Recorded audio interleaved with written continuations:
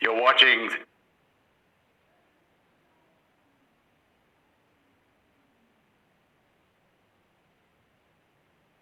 Talk.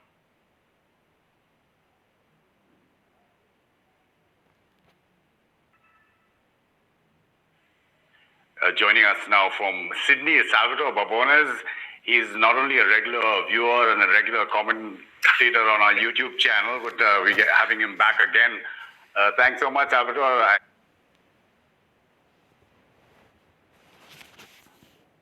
do realize it's pretty late, but considering you have a book to do, I understand why you never sleep. It's a pleasure to watch Strat News Global, and even more a pleasure to be on it.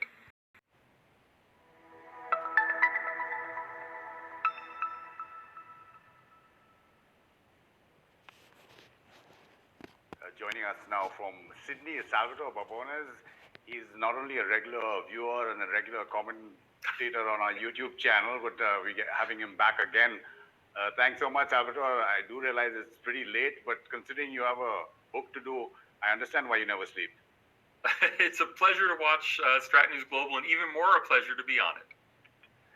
Also from Washington, D.C., so 3 continents, in fact, we're joining, is Aman Thakkar. He's an adjunct fellow, the Wadhwani Chair in U.S.-India Policy at the Center for Strategic and International Studies. Aman, welcome to Strat News for the first time, and hopefully we'll be seeing a lot more of you, even though there's a big time difference. No, thank you. Excited to be here and love the content and excited to be part of it. Pleasure. Great to hear that at the beginning of the show. Just before I get both of your comments, I just want to replay what U.S. Secretary of State Blinken said just before the interim guidance, the strategic and security guidance was announced. Our relationship with China. Several countries present us with serious challenges, including Russia, Iran, North Korea. And there are serious crises we have to deal with, including in Yemen, Ethiopia, and Burma. But the challenge posed by China is different. China is the only country with the economic, diplomatic, military, and technological power to seriously challenge the stable and open international system, all the rules, values, and relationships that make the world work the way we want it to, because it ultimately serves the interests and reflects the values of the American people. Our relationship with China will be competitive when it should be, collaborative when it can be, and adversarial when it must be. The common denominator is the need to engage China from a position of strength. That requires working with allies and partners, not denigrating them, because our combined weight is much harder for China to ignore. It requires engaging in diplomacy and in international organizations, because where we've pulled back, China has filled in. It requires standing up for our values when human rights are abused in Xinjiang or when democracy is trampled in Hong Kong, because if we don't, China will act with even greater impunity. And it means investing in American workers, companies, and technologies, and insisting on a level playing field, because when we do, we can outcompete anyone. Aman, there was a lot of talk of how President Biden's administration would deal with China. They've been very strong with their words. Now you've seen this interim guidance also come out. What's your perception of how they're dealing with China, especially in view of how President Trump's administration dealt with it?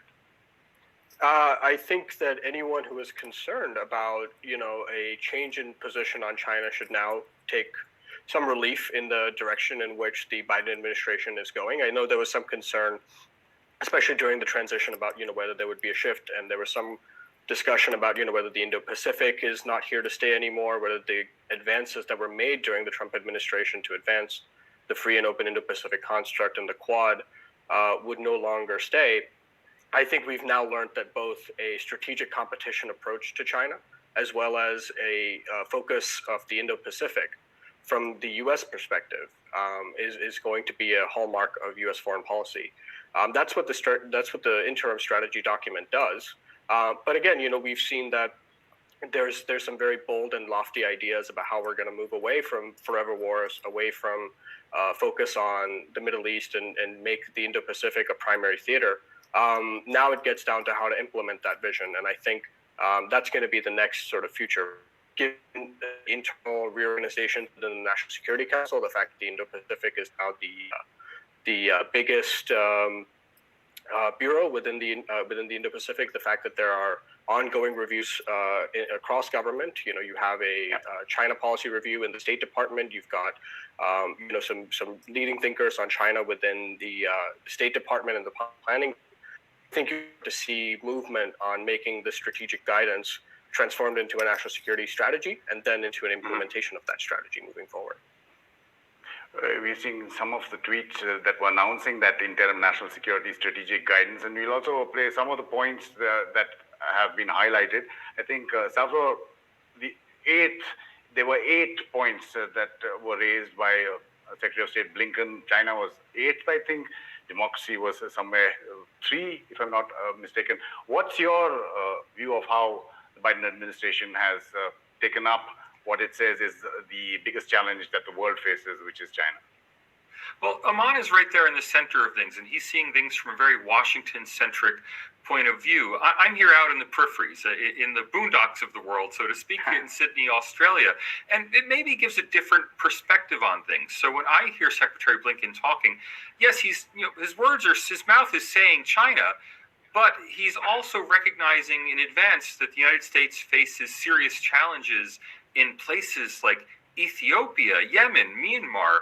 Now, when I look to the previous administration, for all of its faults, it would not have seen Ethiopia, Yemen, and Myanmar as important crises that involve the United States. I mean, they're crises, certainly. They're humanitarian tragedies. But Biden can't do everything. And I think that's a common mistake of internationalists in the United States, believing the United States can solve all problems. So the idea that the United States is going to, quote unquote, work with allies to confront China, while at the same time solving 3 regional crises in areas where the United States has, frankly, if you ask me, absolutely no strategic interests whatsoever.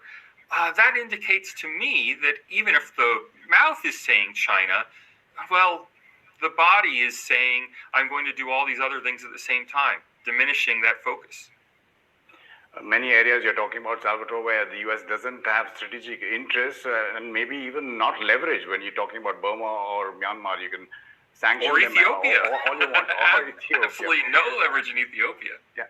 I mean, if you want to respond to any of that, but we also had played out Scott Morrison, the Australian Prime Minister, because there's been a lot of talk about, upping the Quad to a heads of government summit, and Scott Morrison seems to indicate from what he said at a press conference that that is coming up. We don't know whether it's most likely going to be virtual or it could possibly be at the EU+3 summit in June. We're not sure, or even before that. But do you see the other partners, Japan, Australia, and India, agreeing to bumping up the Quad? So I'll take the second question first, which is I think, we've seen the preview of this coming after 3 ministerials, the rapid pace of the Quad since 2017, and the Japan Times sort of saying this even a few months ago, that there was a discussion happening about a leader meeting of the Quad. And I don't think that anything happens in the Quad unless all 4 countries agree upon. So I think if we see a summit, all 4 countries will have signaled. I think even India's sort of considerations have changed, especially after everything going on in Galwan and Ladakh. That it feels an interest in advancing, and that's why you see the ministerial taking place early this year. That's why you see activity on the Quad summit, leader level summit. And so China really sometimes becomes, with their own actions, can drive other initiatives forward. Its own actions can be sometimes the glue that bind and push sort of the forward momentum. But coming back to Salvatore's point, I mean, absolutely, the Secretary of State is going to provide a worldview picture. And so Burma, Ethiopia, Yemen will all kind of emerge from the picture. But I think, again, if you look at the full picture of what the government is doing with actions, not just rhetoric, you see that the focus on the Indo-Pacific is here to stay. I think you even saw that with concerns, when Secretary of Defense Lloyd Austin was nominated. You said, oh, here you go. You got a CENTCOM general who's going to come to the fore leading the Secretary of Defense. You've abandoned the Indo-Pacific. I think you've seen that in action rather than in rhetoric.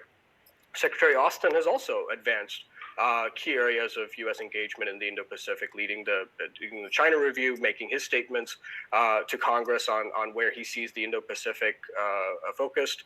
And I think you'll start to see when budgets are announced. I think it's very important that this interim guidance came before the first Biden budget comes out. I think you'll see that this strategic guidance will be reflected in how budget allocations work for the different departments. So I think it's too early, certainly, to say that the Biden administration has got it absolutely right. That's not what I'm saying. I'm also saying it's too early to say it's completely wrong. But the direction that it's going, I think, is something that India, Australia, Japan, and other like-minded allies and partners of the U.S. Can be relieved upon after concerns that the Indo-Pacific construct might not be here to stay. There are already reports that suggest that both Secretary Blinken and Secretary Austin could possibly make their first foreign trip to Japan.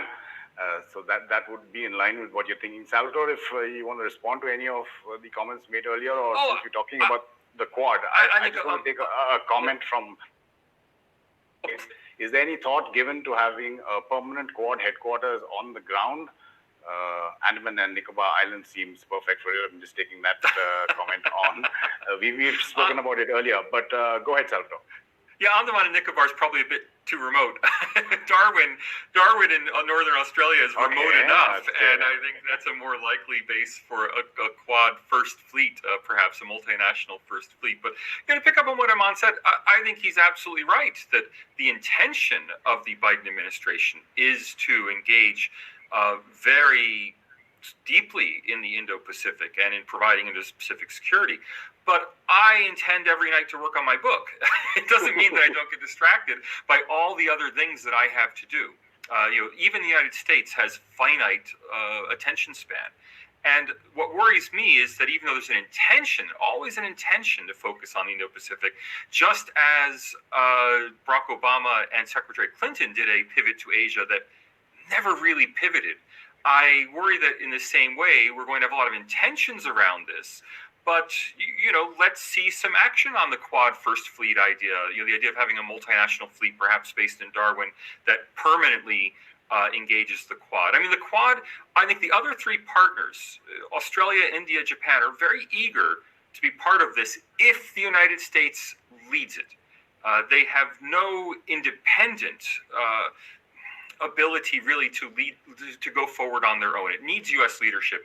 We'll find out whether that time is available in Secretary Blinken's calendar. You're talking about things changing, Aman, and you're referring to the third foreign ministerial meet of the Quad that took place virtually again just last month. In terms of things changing now, because there's disengagement in Ladakh and separately on the LOC as well, China still should not move away from anybody's horizon, right? I mean, that is that thought at least perished, if I can use misquote Shakespeare? I think it should be, and I think especially in India, you've seen the kinds of comments that I would say from the people that have been working on China policy for years down to public opinion.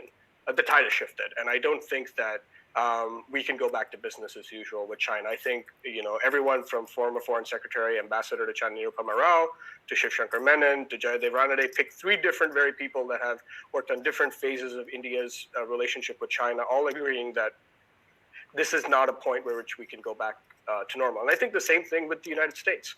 That I think you had Secretary Blinken and other members of the incoming team from the Biden team saying that broadly, yes, the Trump administration got the need for strategic competition with China right. That was absolutely something that was the right move for the United States. But on the tactical level, the things that we did day in, day out to advance that mission of strategic competition with China wasn't right, according to the Biden team. That's what they've been saying from day one, from the transition on. And I think that's what they're trying to implement. And that's why you see a heavy emphasis on working with allies and partnerships, a heavy emphasis on democratic values. Those are all ways in which they think the Trump administration didn't highlight the important aspects of strategic situation, and we're going to bring that to the fore. So I think from alignment of shared interests and shared values are there for all four members of the Quad, for other members of the Indo-Pacific, be that Indonesia, be that Vietnam, be it extra regional technically, but with vested interests in the Indo-Pacific, like France, who's at Réunion Island, but is a European power. There is that increased alignment, that is happening, and really. A lot of it, again, comes back to China's own behavior. If China continues to act aggressively towards Australia, towards India, towards Japan, towards its Southeast Asian partners, it's going to find that those countries will find a way to cooperate with each other against that one country that is challenging them. And so when you create the first casualties at the line of actual control in 45 years, when you launch a massive trade conflict with the Australians, and when you challenge Japan on Senkaku Islands, when you challenge the Southeast Asian countries in the South China Sea, you can't be surprised that then those countries say, okay, let's find ways to work with other countries that are facing the brunt of this and that are like-minded democratic partners that can advance a free and open and inclusive vision for this region that we know as the Indo-Pacific. Salvador, I think that dovetails straight into your foreign policy article, right? Well, it's what we'd like to see, but I think there are problems with that narrative when the Biden administration is likely to start, frankly, lecturing India and probably also Japan on what it believes the meaning of democracy is. Now, of course, we had the democracy Freedom House, ratings, downgrading India from fully free to partially free this week, which frankly I think is ridiculous. I don't agree with that change, but nonetheless, it's going to make it politically difficult for Biden to work with India in the same way that the Trump administration might have. I mean, remember when Barack Obama was bringing Narendra Modi around to the Martin Luther King memorial and lecturing him on what it means to live in a real democracy, implying like the United States. I don't think that would play well these days. And Japan also has very similar issues with minority rights in Japan and with the heritage of militarism, the Yakusuni Shrine and such. I mean, both Japan and India are governed by relatively conservative governments, and Australia for that matter as well, although in Australia it's not as conservative as the Indian and Japanese governments. And I think that's going to cause some internal trouble for this, prospective super league of democracies in the Indo-Pacific. Well, that's one thing which President Biden continuously talks about, having that summit of League of Democracies. Let me just play out what the State Department spokesperson Ned Price said. Now, this is post the interim guidance being issued, and there's a question on how do you deal, because both our panelists talked about this. The Secretary or the President in region X, Y, or Z will pursue what's in our interests and what's consistent with our values. And in many cases, what is in our interests and consistent with our values will be to push back on adventurism on the part of Russia or China.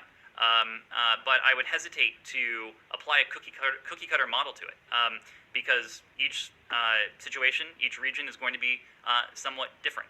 What isn't different is that across the globe, we recognize this competitive relationship with China. Our strategy is one that seeks to compete and to outcompete with the Chinese across the board. And to what the Secretary said yesterday, to what the interim strategic guidance said yesterday, we do that knowing that we have these unique sources of strength that truly no other country around the world does. It's our values. It's our system of alliances and partnerships. But it is also our sources of domestic strength. What we bring to the table as the American people, from our innovation, from our creativity, from our vibrant economy. And those are sources of strength that China can't match, that Russia can't match, and that when we bring them fully to bear, that task of competing and ultimately outcompeting with Beijing becomes all the more achievable. When Ned Price was talking about alliances and partnerships, now India has other partnerships and not alliances, but partnerships. Now, when you talk about Russia, and that's something we're expecting at least a decision to be made, or at least if it's postponed, for us to know it, maybe a presidential waiver. When it comes to the S-400, and I just wanted to get your views on how you think that will play out while I take some comments on Russia that may be pertinent to what you say. Absolutely. I think that the S-400 issue may end up being one of the more consequential decisions on U.S.-India policy over the next year. That, the CATSA waiver that is there. And I'll just give a little bit of background here just so that, viewers who are not as reading at late night the CATSA legislation and the waiver legislation. It ultimately, calls upon the president to issue sanctions on any entity that engages with economic transactions, including military weapons, with Russia, and there's specific entities that are named by the State Department. That any transaction engaged with them is going to come under the weight of the sanctions regime. There is a waiver that was issued in the NDAA passed during the Trump administration, the National Defense Authorization Act, but it is not like a specific waiver that has to meet specific conditions. And it's up to the president and the State Department to decide in consultation with Congress whether countries meet that waiver. At time, Jim Mattis, the Secretary of Defense, General Mattis, made the argument that India should get the waiver, that the waiver was written in mind with countries like India, but also Vietnam and Indonesia, who might engage in transactions with Russia. But ultimately, there is not a country-specific waiver. The waiver does not say that India and Vietnam and Indonesia shall get waivers. It says that if the transaction does not implicate national security interests, but if that country is making efforts to limit their purchases from Russia, it depends on all kinds of specific kind of conditions that the country, that would be considered for a waiver must meet. And so it really comes down to how this decision plays out. And we've already seen China get sanctioned under this. We've seen Turkey get sanctioned. But this is going to be one of those areas that the United States needs to have a more net price, borrowing net price. We need to have not a cookie cutter solution, but a case by case understanding of what this means. And India, at a time of crisis with China, can't afford to break relations with Russia. It's a long-standing partner of India that has stood by India for a long time. And as the comment is coming, grateful to Russian support, for a long time. And so, and India... Yeah, but it goes on to say Russia is becoming irrelevant. Well, it's, the argument there is that, if I can say, it's not, because what India would hate to see is a Russia-China combine working together in close concert with each other that goes against goes detrimental to India's interests. And so keeping India in the cards is very much keeping Russia in the cards is very much an Indian priority. But it has to maneuver these twin sort of crises of, how do you manage advancing our military capability when it's so reliant on Russia, when we have so much of our imports that depend on Russian imports for our armed forces to be the force that we needed to when we're being challenged by China at the LAC, but also that, we have to advance a partnership with the United States. And I think, coming full circle to, Salvatore's last comment, these are two countries that have learned to work with each other over the last 20 years. I think Foreign and External Affairs Minister Jaishankar said as much, that these are known quantities to us. They've worked with Blinken before. We've worked with Jake Sullivan before. And so India is going to approach this, with a very sort of systematic approach, a very realist approach.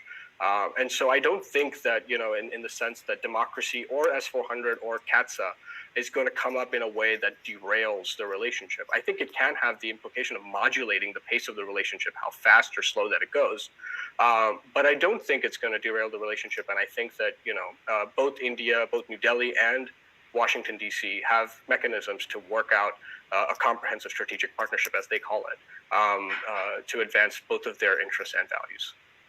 Salvatore, when it comes to Russia, the Foreign Secretary Harsh Shringla made his first visit abroad to Moscow, and there were meetings there in preparation for what we presume will be the summit that wasn't held last year because of COVID. Right. He mentioned expect some developments in the next few months. Now, either that's the summit or it's the S-400s, which are due sometime later this year. But how do you view the whole S-400 U.S.-India relationship in lieu of the Biden administration?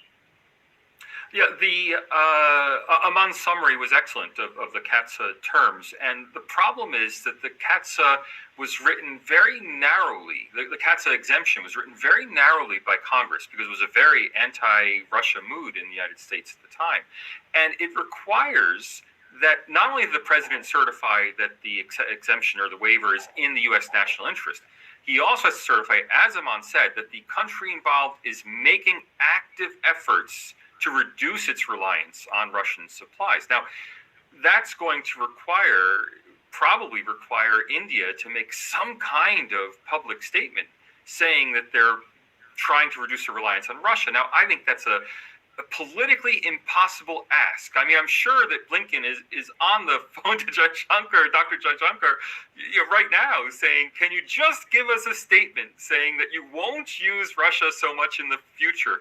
And I just think that that's politically impossible, and a politically impossible statement for India to make. I would be shocked if they made it. So, can Biden sign that waiver without it? I mean, he can, but it would make him very vulnerable in the United States to accusations that he's not enforcing anti-Russia sanctions, which would sound awful to a Democratic Party administration. So I'm not sanguine about how the U.S. and India can square this circle. I mean, CAATSA was a bad piece of legislation, but we have it. It's not going away. And I don't see any way out of it. Salvatore, if I can just get you to elaborate your thoughts in your latest foreign policy article when you're talking about U.S. foreign policy and China, there's so many fronts that have been opened by Beijing, right, and all those countries are actually dealing with it. If you could talk us through your thoughts there. Look, I'm neither a China dove nor a China hawk. I'm a China skeptic, and I have been for the last 10 years. I really think China's tide is now going out. I think China really reached high tide, say, in 2017 or so. And now, even without coronavirus, China was receding as a power. It has caused conflicts with more than half of its neighbors at this point. Its Belt and Road projects are stalled all around the world. Even the China-Pakistan Economic Corridor is having problems. If China's having problems with Pakistan, then who is China not having problems with? So I think right now the danger is much more that China will feel boxed in, feel trapped, feel like it has nothing to lose by making a last throw of the dice, trying something extreme like an invasion of Taiwan, sinking a ship. Who knows what China might do, or invading Ladakh as China did last year. These sorts of desperation gambles, I think, are what we really need to worry about now. I'm not very worried that China. I mean, I don't endorse the Chinese regime, but I'm not very worried that it will continue to undermine countries in the region. I think most countries have their guards up against China. They can very well defend themselves, protect themselves. They don't need the United States to step in and defend them from China. So right now, I think is the time for the United States maybe to lighten up a little bit on China. Not in substantive ways, not to start selling top shelf computer chips to China, but maybe to be a little less aggressive in the full court press on China that we've had for the last 2 years. Semiconductors, there was a presidential order on semiconductors, I think, and 2 other subjects, right, vis-a-vis China.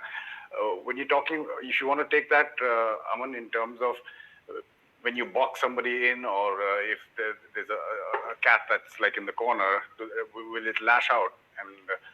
And when Salvatore was talking about other countries not needing the U.S., I mean, we do need it in some strains or relationships or dimensions, but like, for example, India is aware that what happened in Ladakh, we had to deal with it ourselves, and we'll continuously deal with that or anything on our own. Yeah, I mean, from an Indian perspective, we've been cognizant of the China challenge early 1950s, mid to late 1950s is when we were aware of the China challenge. Even if you want to look at the more contemporary version, since 2008, India has had a view towards China that it might challenge its interests. And it has done that from multilateral fora to its borders. And so, from India's perspective, it's not about whether China is in a box made differently or not. It has challenged India's interests from the UN Security Council to the NSG, to its relationships with India's neighbors and making inroads there, to what's happening in Ladakh, and the trade relationship, dumping Chinese goods in India. So from India's perspective, China's behavior has been somewhat assertive, a challenging of India's interest since 2008 and perhaps long before then, since even the 1950s.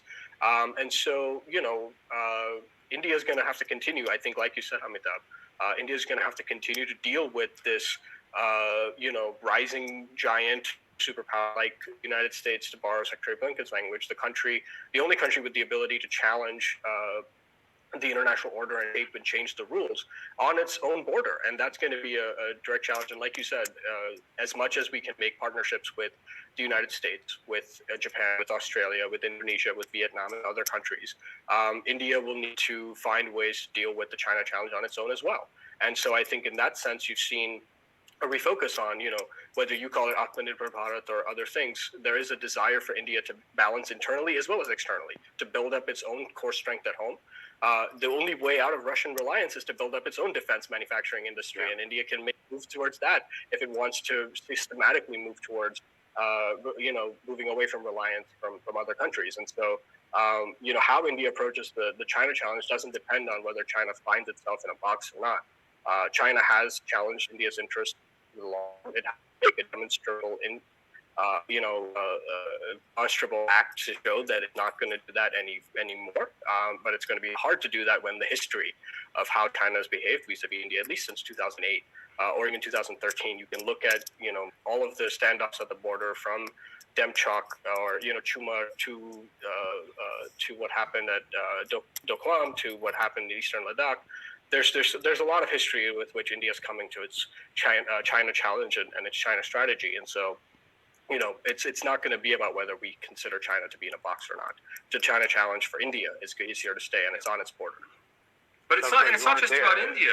I recommend everyone watch Nitin Gokhale's interview with the Sri Lankan ambassador yesterday, where Sri Lanka, with no involvement from the United States, has been shifting from reliance on Chinese investment to reliance on Japanese and Indian investment. That has nothing to do with U.S. power. That's something that Sri Lanka is doing for its own reasons. Sure.